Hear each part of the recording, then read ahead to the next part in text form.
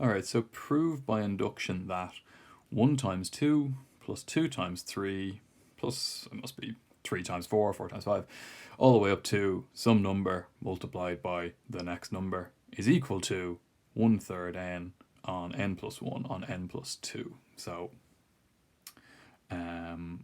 here's your series on the left hand side, and this is your formula for summing n terms in that series. Okay, so look, we're going to prove this using our 3 steps that we've used before. So show P1 is true, assume PK, and then use that to prove PK plus 1. So prove show that P1 is true. Just check that it is P1 here. If you were to sub 1 in for n, you'd get 1 times 2. That is the first step. So yeah, it is P1 that we're going to do here. So P1 is equal to, if I was to sub 1 in here, I would get 1/3 times 1 times 1 plus 1 times 1 plus 2.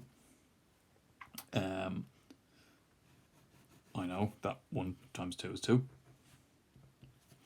So that's equal to 1/3 times 1 is just 1/3.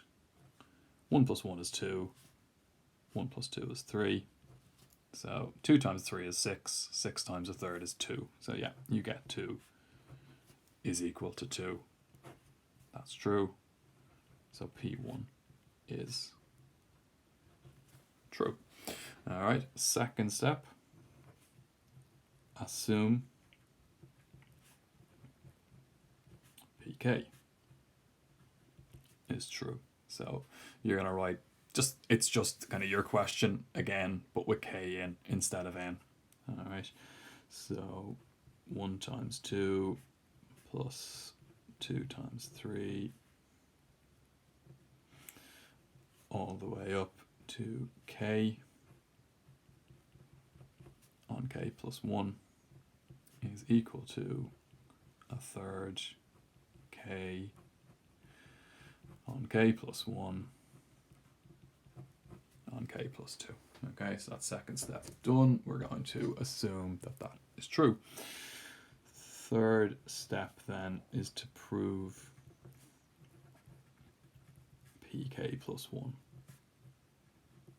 is true.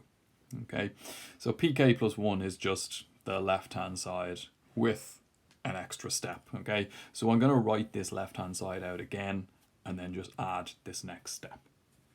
So that's 1 times 2 plus 2 times 3 up to, it's going to have this step in it, this K on K plus 1, and then this extra step where I sub K plus 1 in there and I get K plus 1.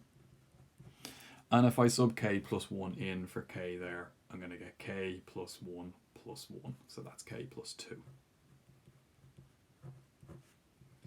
And that is equal to, so substituting K plus 1 in for K on the right hand side. So that is 1/3 on K plus 1. K plus 1 then is going to become K plus 1 plus 1. So it's going to be K plus 2. And K plus 2 is going to become K plus 1 plus 2. So that's K plus 3. All right, so same kind of step we're always going to use here is in what we're trying to prove on the left hand side. I've got that. That's what I had on the left hand side in my assumption step, and in my assumption I assumed it was equal to that, so I can sub this in for this in what I'm trying to prove. So instead of all this, I'm just going to write 1/3 K on K plus 1 on K plus 2 plus K plus 1 on K plus 2. And that's equal to 1/3 k plus 1, k plus 2, k plus 3. So let's look at what we've got. We've got a k plus 1 here and here. We've got a k plus 2 here and here. So kind of like that first example I did, we might be able to factorize those out, okay, because they're common to both.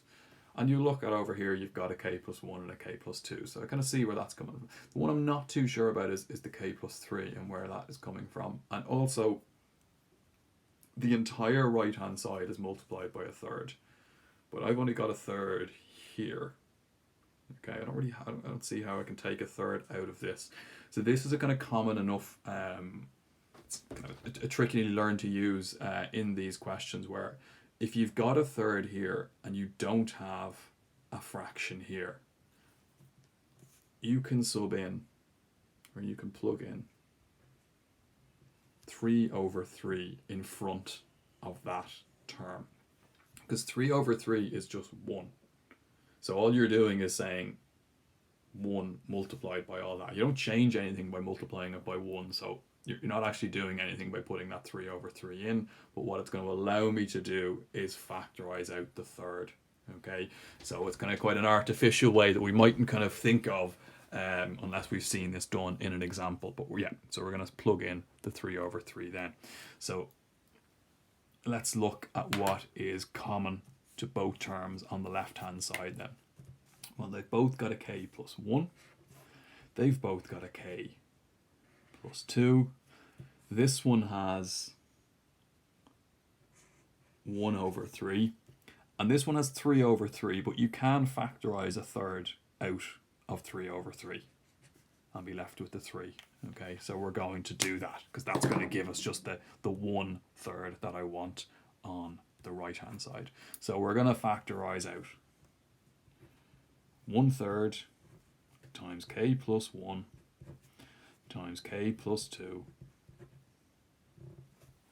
And what does that leave us behind on the left hand side? Well, I've factorized everything out of this term except k.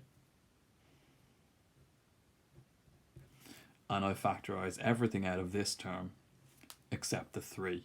And so I'm left with the plus 3. And that's equal to, and I'll just write my right hand side out.